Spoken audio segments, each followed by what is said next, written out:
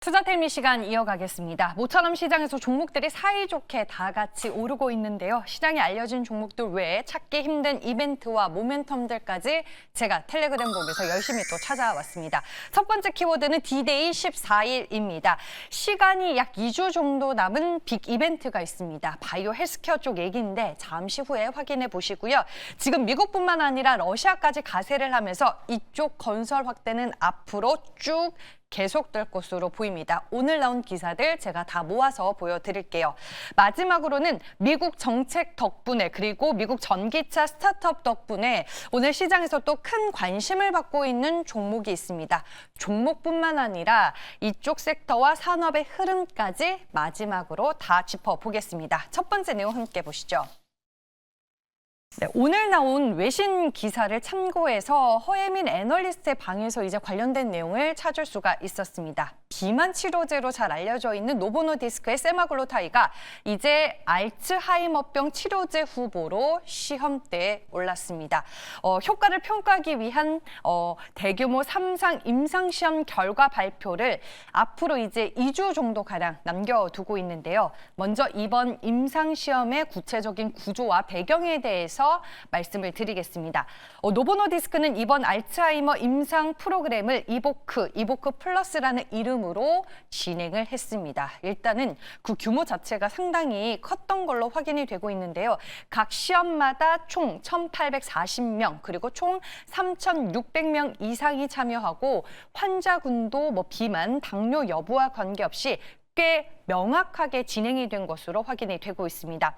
경도 인지장애 또는 경증 알츠하이머병, 여기에 아밀로이드 양성 환자만 선별해서 투약을 했고요. 즉 이미 알츠하이머병의 초기 병리가 확인된 환자들을 모아서 임상을 했다라고 정리를 해볼 수 있겠습니다. 그리고 1차 평가 지표도 치매 임상에서 가장 중요한 CDR, SB 점수 변화를 봐야 되는데 인지 기능이 얼마나 더 악화됐는지를 보여주는 척도이기 때문에 이 부분을 이번에 확인할 수 있을 것으로 보입니다. 그럼 왜 당뇨 비만약이 알츠하이머에 효과가 있다라고 시장은 생각을 하고 있는 걸까요? 여기에는 몇 가지 가설적 작용 기전이 있습니다. 첫째, 뇌 염증을 줄여주는 효과, 두 번째, 신경세포 보호, 세 번째, 그리고 뇌 안에서 일어나는 인슐린 저항성을 개선한다라는 점 때문입니다. 사실 GLP-1 계열이 뇌에서 효과를 낼 수 있는지를 확인하기 위한 시도는 이번이 처음은 아닙니다. 이전의 약물인 리라글루타이드가 임상 2상에 들어간 적이 있었는데요. 결과는 1차 평가 지표인 뇌포도당 대사에서 실패를 했었지만 특정 기억이나 학습 관련 뇌 영역의 위축 속도를 절반 가까이 줄이는 긍정적인 신호는 확인이 된 바가 있습니다. 그래서 이번 세마글로타이드 3상 결과도 완전한 성공인지 혹은 부분적 신호인지가 임상 결과에서 관건이 될 전망입니다. 현재 노보노디스크도 회사 내부적으로 이번 결과를 굉장히 큰 이벤트로 보고 있고요. 업계에서도 상당히 큰 관심을 가지고 있습니다. 다만 이 노보노디스크도 리스크가 큰 실험이라고 표현했을 만큼 결과가 어떻게 나올지는 예단하기 어렵습니다. 그만큼 알츠하이머라는 질환 자체가 약물 개발 성공률이 매우 낮기 때문입니다. 허혜민 애널리스트의 코멘트도 한번 좀 참고를 해서 보도록 할 텐데요. 역시나 업계 기대치는 낮다라고 얘기를 하고 있죠. 이번 데이터에 대한 기대치 솔직히 높지는 않지만 만약에 이번 임상이 뜻밖의 성공을 거두게 된다면 세마글로타이드는 비만 당뇨 치료제를 넘어서 심혈관 질환 그리고 비알코올성 지방 간염, 메시에 이어서 알츠하이머까지로 치료 영역을 확장하는 첫 GLP-1 플랫폼 약물이 된다라고 얘기를 하고 있습니다.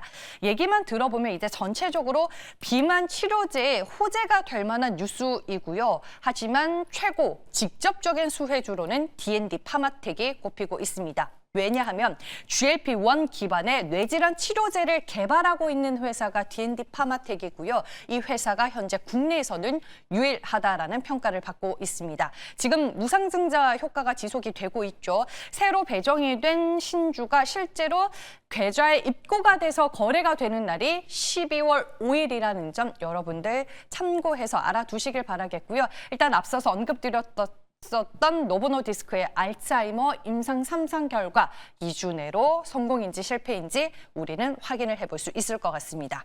두 번째 내용 이어가 볼게요.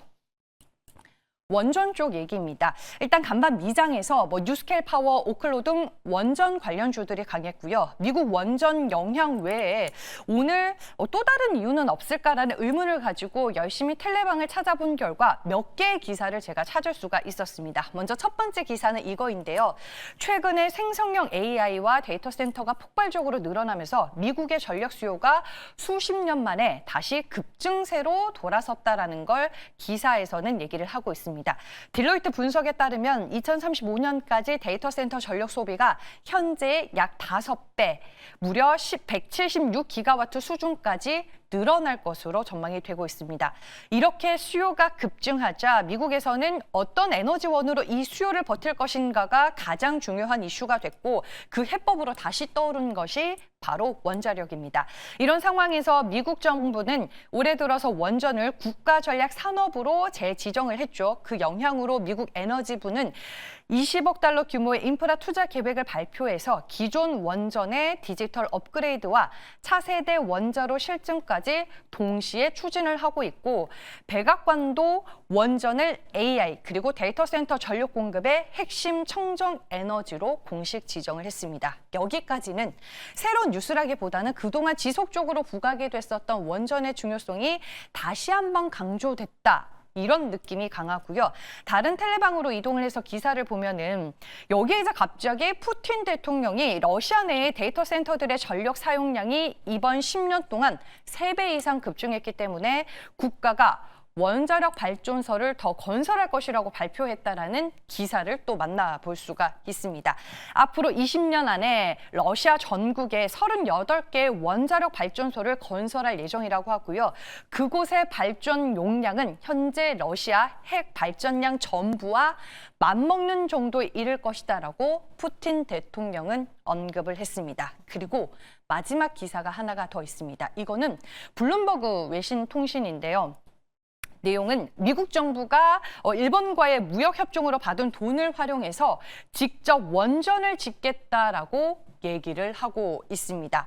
이 프로젝트의 재원은 일본이 조성한 5,500억 달러 규모의 대미 투자 펀드에서 상당 부분 지원이 될 예정인데요. 블룸버그 통신에 따르면 미국 에너지부의 카르코 비서실장이 이번 계획의 세부 구상을 공개를 했고 일본은 지난 10월 미국 내 인프라와 에너지 프로젝트에 5,500억 달러 투자 의향을 밝힌 바 있는데 이 중에 800억 달러를 10개의 대형 원전 건설에 미국 정부가 사용할 예정이라고 합니다.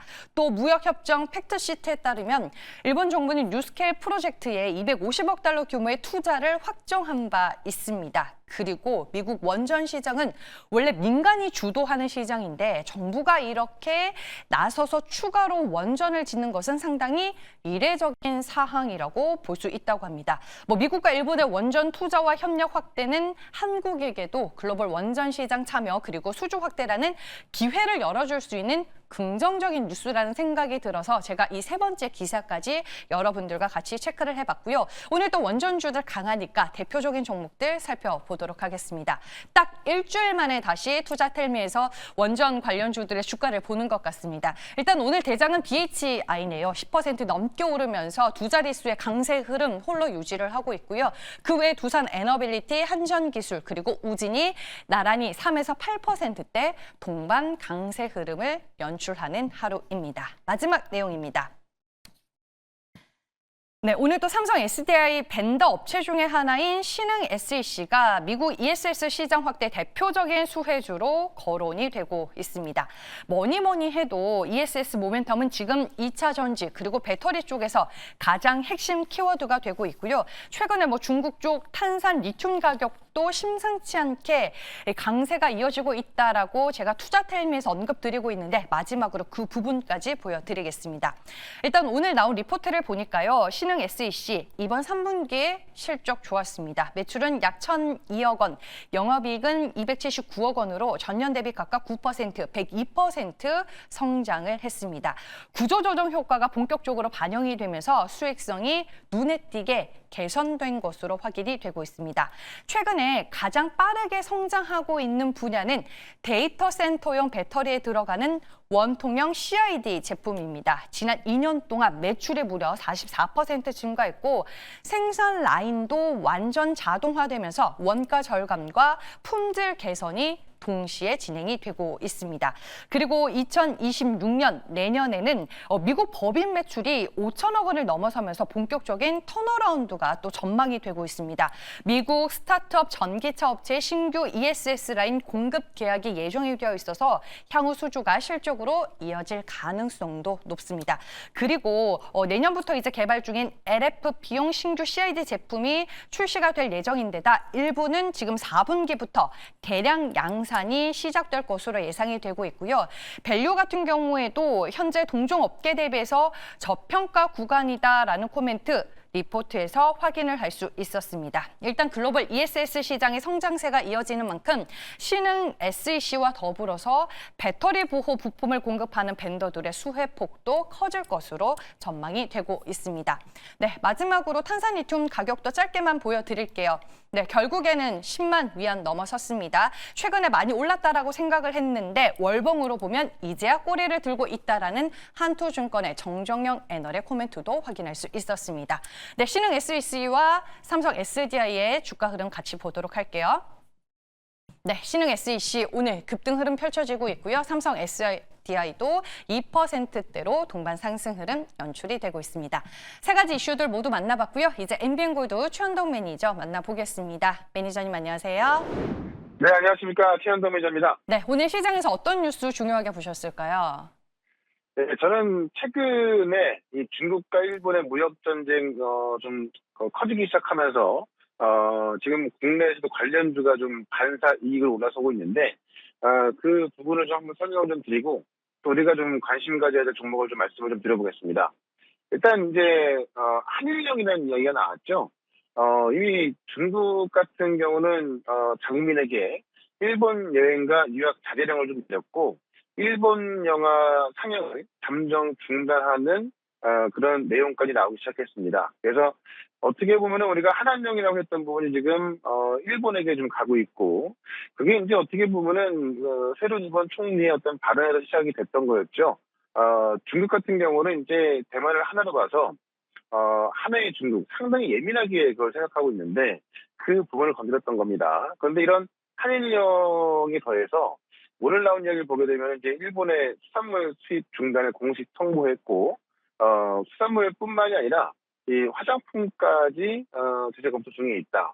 근데 수산물과 화장품을 대비했을 때 화장품 같은 경우는 수산물의 80배가 넘어가거든요. 그러니까는 수산물 중단까지는 뭐 그런가 보다 할지 모르겠지만은 일본의 화장품 수입까지 중단했을 경우에는 수산물의 80배에 달하기 때문에 그 규모는 꽤 셀 것 같습니다.